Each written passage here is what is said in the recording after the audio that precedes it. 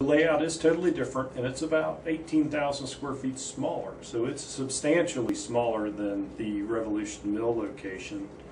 However, this building was designed as an office building, whereas the mill was designed as a textile mill. Okay. And so this building is much more efficient. It was a lifesaver for this organization because we were really struggling that we had not, as a nonprofit, we did not have enough capital built up to buy a building of significance. And so had this building not been donated to us, we might be ending the organization at the end of the lease of our current facility as of today. And the really good thing is that we were able to do not only our minimum renovation needs, but we were able to spend a little bit of money on some enhancements that we were afraid we weren't going to be able to do, such as we have some nice furniture in the break area versus having to use some of the used furniture that we had laying around. So we actually have some uniform furniture, and we have installed new furniture in the large conference room, which we weren't sure that we were going to have the budget to furnish that. And the furniture that we had in our old building, or in the other building, was old, right, and it was really showing some age on it.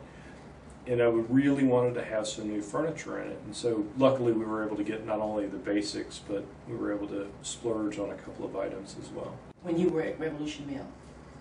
Overall, the mission itself has not changed. Okay. We're an economic development agency that is focused on creating jobs, and high-paying jobs at that. We want to create jobs that are significantly higher than county average jobs. And that's important to us. So that mission stays the same and is still first and foremost. What we are trying to do, though, is we look at the entire ecosystem of entrepreneurship, and there's a lot of components that this community does well, and then there are a couple of areas that we're lacking in. And so what we're trying to do is identify those and effectively fill them so that we have as much of the entrepreneurial ecosystem in place. And this economy has damaged some of our ecosystems for entrepreneurs, and we need to rebuild that.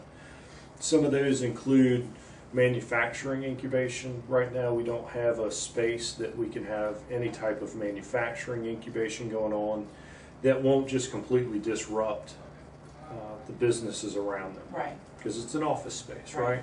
But we are luckily in a heavy industrial zoned area, so we're looking forward to maybe being able to pull something together in the manufacturing arena.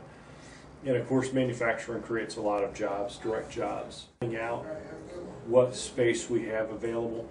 I'm a big proponent of let's sit down and talk before we even talk about numbers, because what we try not to do is allow people who want to be entrepreneurs jump into it too fast. I mean, we want you to test the water before you jump in.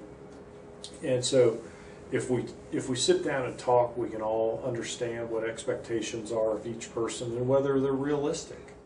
This opportunity and just the support that we've had over the last few years, it's been 3 years in the making, and it has taken a lot of sweat and has placed a few gray hairs on my head, but we've been able to get the support we needed, and we're greatly appreciative of it after all these time. Okay, it looks awesome. You guys Thank you. did a great job.